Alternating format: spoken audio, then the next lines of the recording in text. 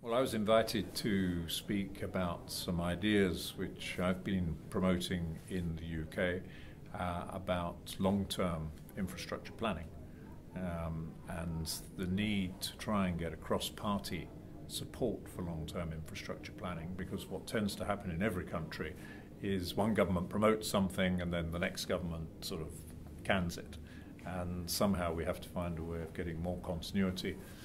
Because without continuity, particularly the investors will not come forward, and they're not going to spend the time and effort pursuing projects if in fact they think there's a high likelihood they're going to be cancelled. So it's very important to create a pipeline which has some political certainty about it, because we don't get infrastructure without political support at the end of the day. Well, I think firstly, ideally, you do need to get this sort of political collaboration and cooperation.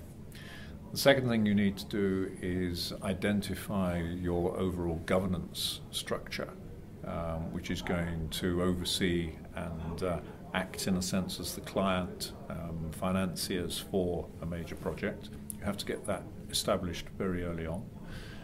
You need to have a very clear timescale. You need to have a sensible budget. And that is difficult as well, because people always want to think they've got the lowest possible budget.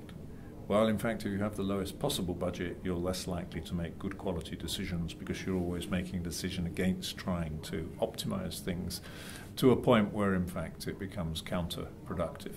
So I think you have to get a sensible budget which has some contingency in it.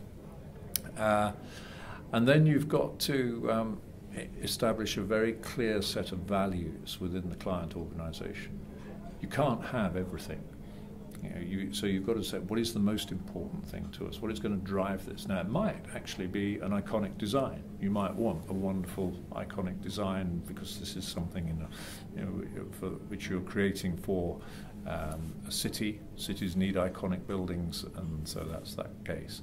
On the other hand, it might be something where the environment is the most important issue, or it might be something where time is the most important.